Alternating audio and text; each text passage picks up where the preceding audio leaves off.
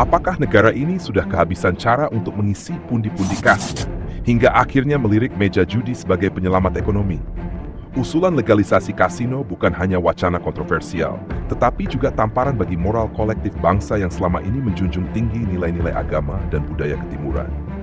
Di satu sisi, kita tidak bisa terus mengandalkan sumber daya alam yang makin hari makin menyusut dan tak bisa diperbaharui.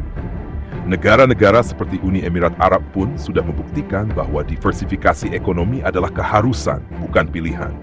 Namun di sisi lain, apakah menjadikan perjudian sebagai solusi bukan berarti kita sedang menukar risiko ekonomi dengan risiko sosial yang lebih besar? Memang benar, kasino adalah bentuk perjudian yang legal dan terkontrol di banyak negara.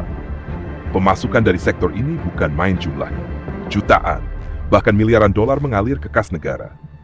Tapi Indonesia bukan Las Vegas, bukan pula Macau yang menjadikan hiburan sebagai wajah utama ekonominya. Kita adalah bangsa dengan mayoritas masyarakat yang masih memegang kuat nilai spiritual dan norma sosial yang konservatif. Ketika moral menjadi taruhan, apakah uang tetap jadi pemenangnya? Jika negara membuka pintu bagi kasino, maka ia juga membuka celah bagi degradasi sosial yang lebih dalam.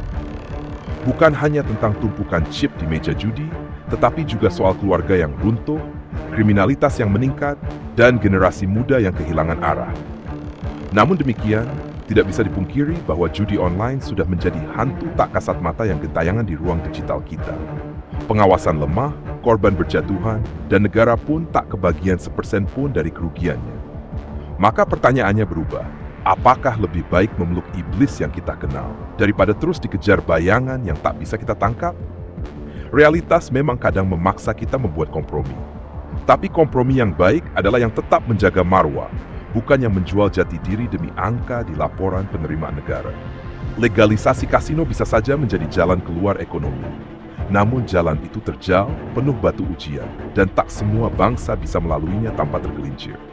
Apakah Indonesia siap? Ataukah ini hanya pelarian sesaat dari kegagalan memberantas judi ilegal dan mengelola sumber daya secara bijak? Jawabannya bukan sekadar hitung-hitungan anggaran. Ini soal arah, nilai, dan siapa sebenarnya kita sebagai bangsa.